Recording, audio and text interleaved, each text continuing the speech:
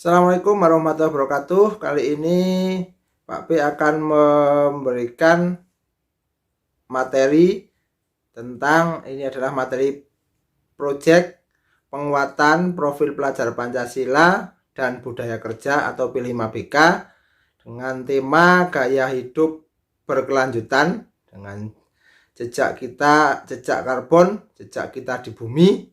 Dan kali ini materinya adalah tentang perubahan iklim. Jadi nanti simak penjelasannya sampai selesai.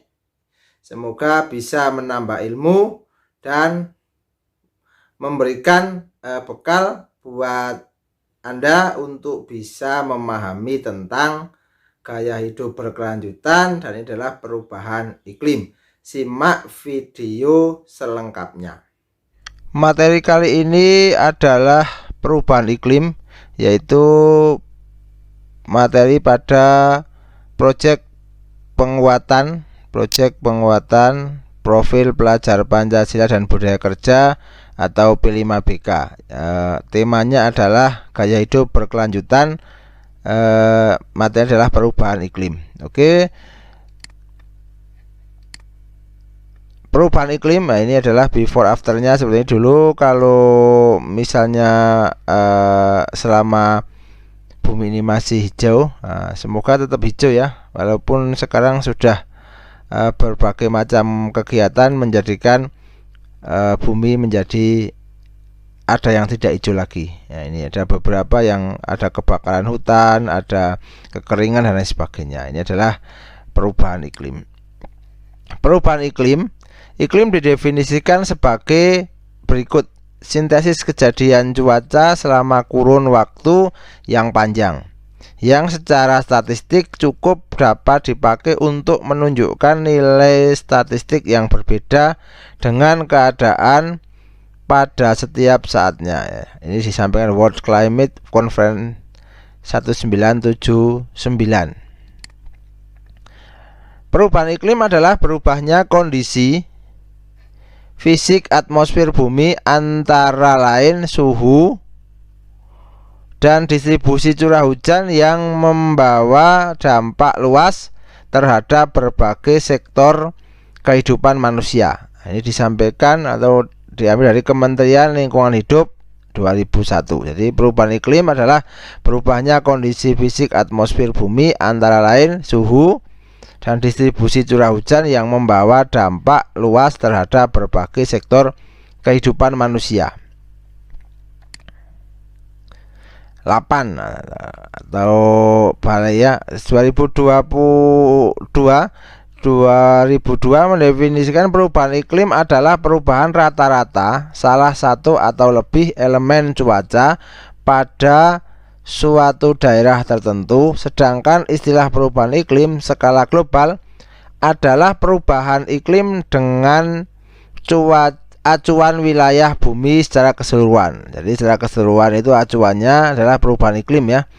Nah, ini perubahan iklim adalah perubahan yang signifikan dalam pengukuran iklim seperti temperatur, hujan, angin, yang terjadi dalam periode yang lama seperti 10 tahun atau bahkan lebih.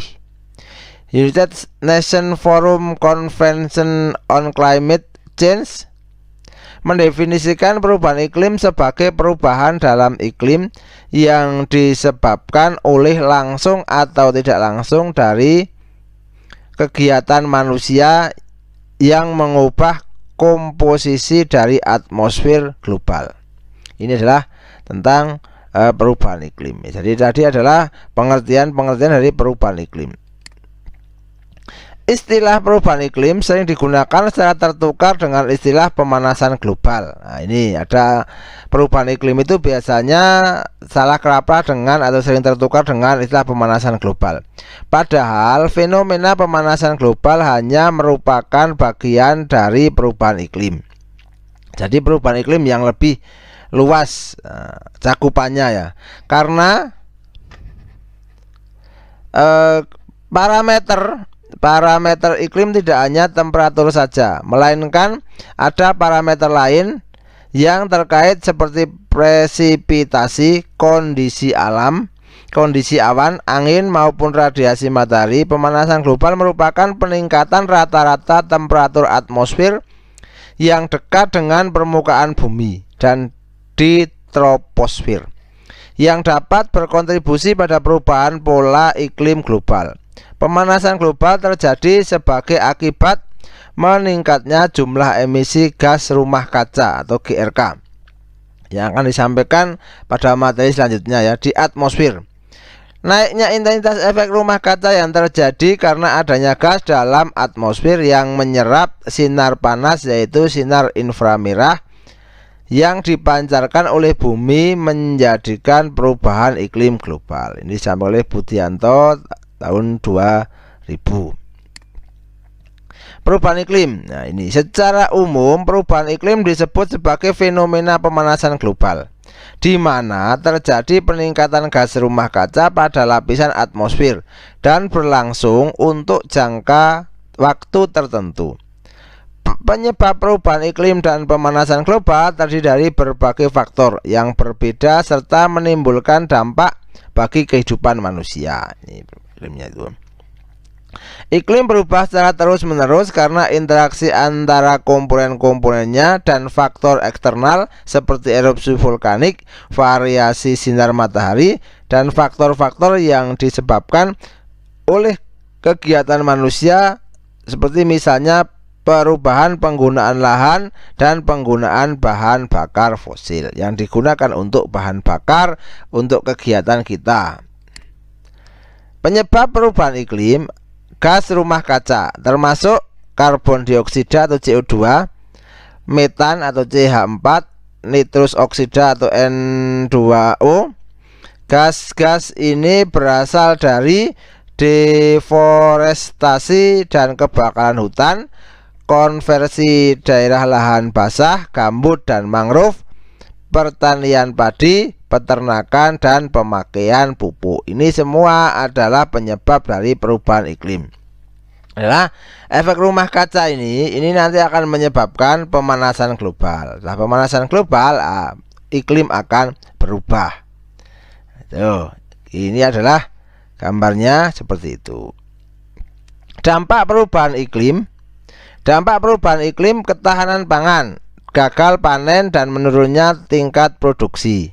Laut dan air, glasier menghilang, kenaikan air laut dan banjir atau rob misalnya kalau di dekat laut ya.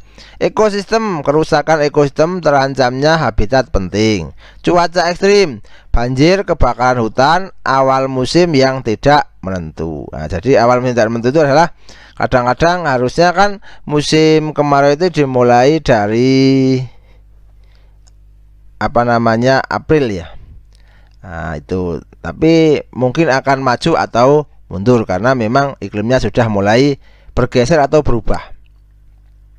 Perubahan ini dalam konteks nasional. Sumber emisi di Indonesia berasal dari sektor kehutanan, perubahan fungsi hutan. Komitmen Indonesia menurunkan 41% emisi. Kebijakan nasional penurunan emisi dengan RUN GRK atau gas rumah kaca ya. Nah, ini Kementerian Kehutanan menulis ini seperti ini. Jadi energi, industri, agriculture, waste itu buangan, land use and forestry, PET-FIR. Nah, ini ada irisannya seperti ini. Nah, energi yang paling banyak ya, energi paling banyak di sini ya. Itu adalah perubahan iklim yang dalam konteks nasional. Mitigasi sekarang. Mitigasi dapat diartikan sebagai kegiatan mengurangi dampak perubahan iklim. Mitigasi dilakukan dengan menyusun rencana aksi gas rumah kaca pada tingkat nasional atau provinsi. Mitigasi pada tingkat kabupaten. Nah, ini jadi dari tingkat nasional, provinsi, dan tingkat kabupaten. Itu harus ada mitigasi, terutama mitigasi bencana.